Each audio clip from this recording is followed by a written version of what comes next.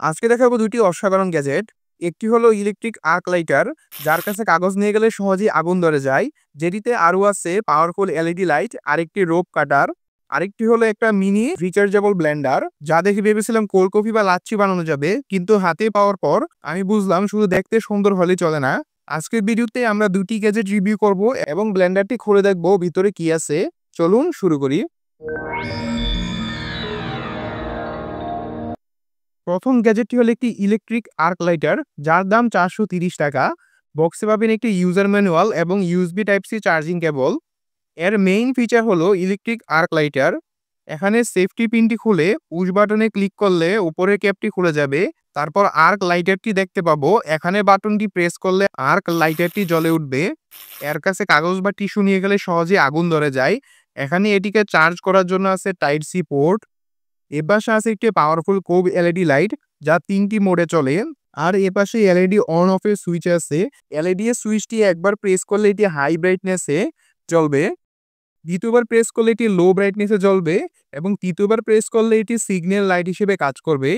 এটি high brightness মোডে প্রায় 1 ঘন্টার মতো ব্যাকআপ দেয়, তবে এটি full time high brightness maintain করতে পারে না। মোটামুটি 30-35 মিনিট হাই ব্রাইটনেস মেনটেন করে, পরে দেখা যায় আস্তে আস্তে ব্রাইটনেস কমতে থাকে।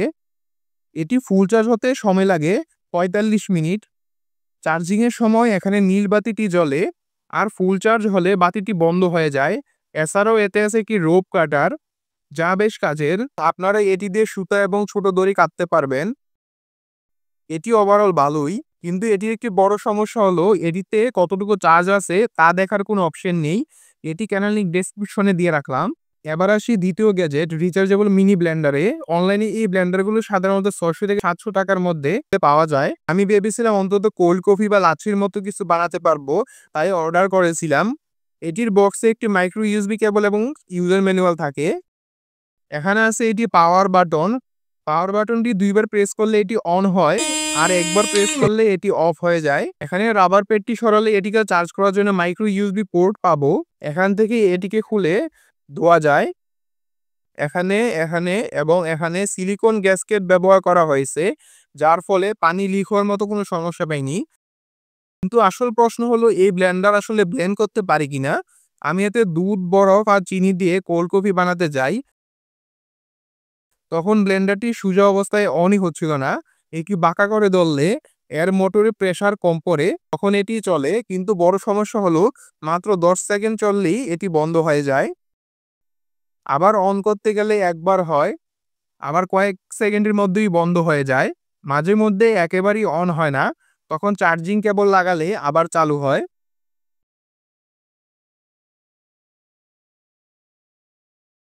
এইভাবে তো আর এটি ব্যবহার করা সম্ভব না। তাই ভাবলাম যে এটি খুলে দেখি যে এর ভিতরে কি আছে। ব্লেন্ডারের নিচে রাবার প্যাডগুলো খুললে দেখা যায় যে এখানে 3টি স্ক্রু আছে। স্ক্রুগুলো খুলে যদি দেখি,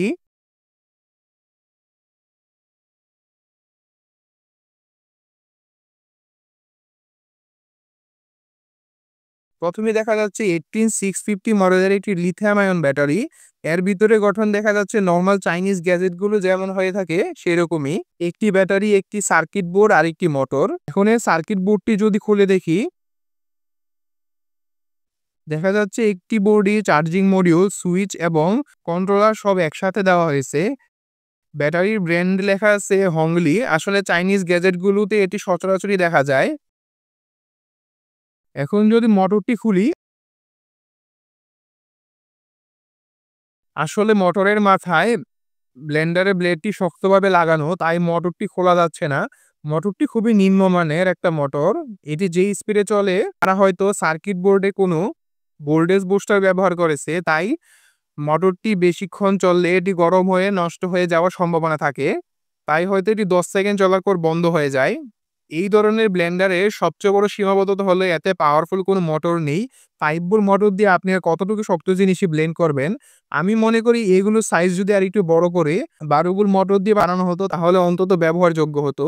এই অভিজ্ঞতার পর আমি একটা কথাই বলবো, এসব চাইনিজ মিনি ব্লেন্ডার কেনার কোনো দরকার নেই। দেখতে সুন্দর হলে চলে না, কাজে না আসলে সেটা আসলে কোনো কাজের না।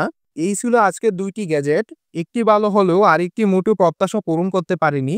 ভিডিওটি ভালো লাগলে লাইক দিন। আর কমেন্টে আপনার মতামত জানান। আর নানান ধরনের গ্যাজেট রিভিউ এবং গ্যাজেট মেকিং ভিডিও পেতে আমাদের চ্যানেলটি সাবস্ক্রাইব করে পাশে থাকবেন।